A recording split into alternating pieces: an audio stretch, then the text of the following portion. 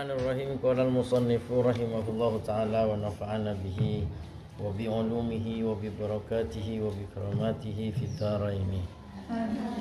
Saya baca mulai dibaca kemarin, fa in ra'aita manasibatan li nafsika wa ra'aita qalbaka ma'ilan ilaiha summa ila akhiril kitab, menjelaskan bahwa untuk menjerib, untuk mencoba apa yang kau ketahui dan apa yang kau pelajari dalam kitab Bidayatun Hidayah. Dan ketika mulai awal pertama Arya belajar tentang kitab Bidayah, ngaji kitab Bidayah, kemudian mendengarkan penjelasan, uraian, maknana, dan rentetan daripada kitab Bidayatul Hidayah, kemudian masuklah dalam season untuk memahaminya. Maka sekarang anggaplah kalian itu sudah faham, anggaplah kalian itu sudah mendapatkan penjelasan dari awal sampai ke budi.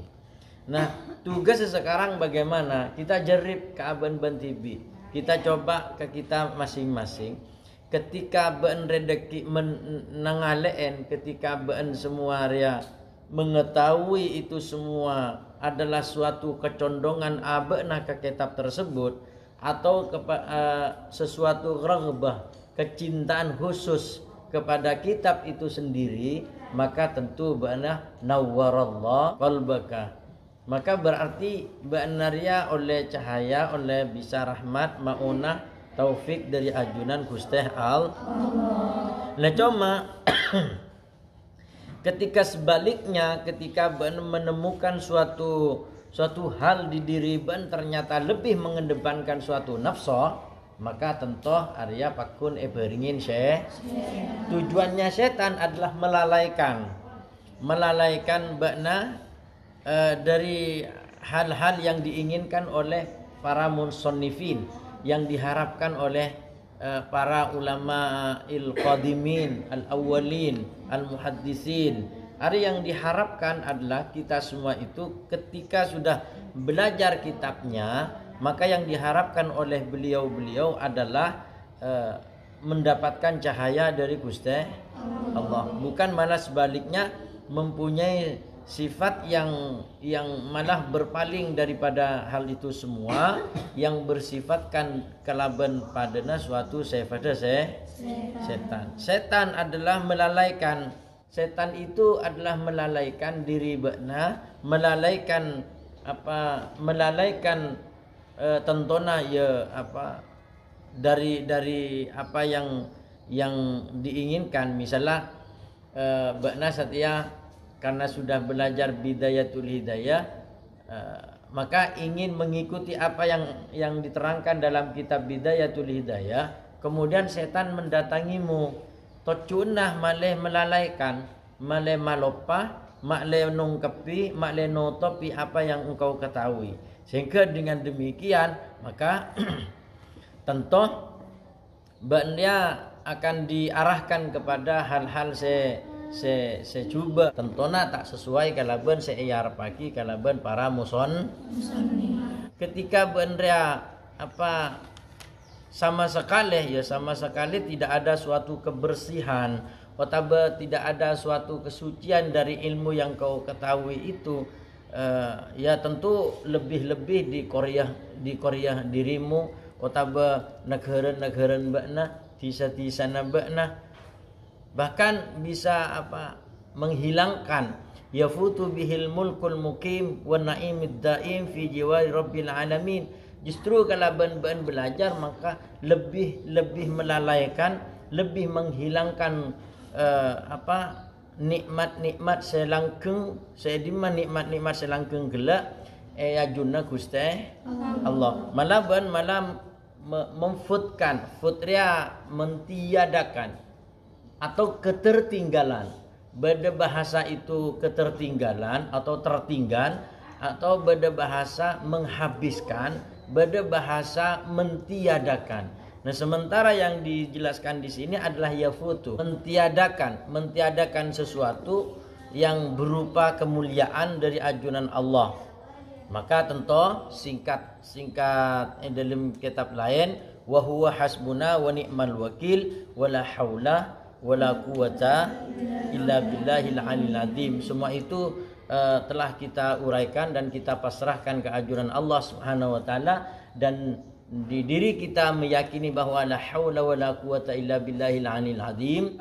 Upaya dan kekuatan kecepee paringi ben Gusti Allah. Kalian semua tugasnya adalah belajar.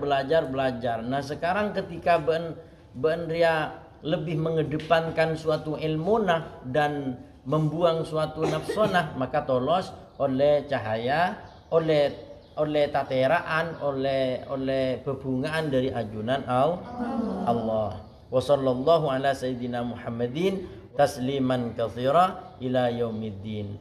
Mantar muka apa saya kaji dalam kitab Bidayatul Hidayah betul-betul akan menambahkan suatu ilmu pengetahuan dan justru menghilangkan suatu kebodohan yang ada di diri kita. Mantar muka kalaban badana khatmi kitab Bidayatul Hidayah ini tetia suatu kebagusan dan oleh barokah dari para pengarang kitab tersebut, dan muka-muka bisa mengulangi dari depan kembali, lebih fokus, lebih giat dan lebih kreatif dalam pembacaannya, dalam mengurus suatu susunan kitab Bidayatul Hidayah. Dan insyaallah muka oleh Bidayatul Hidayah dari depan harus lebih fokus lagi.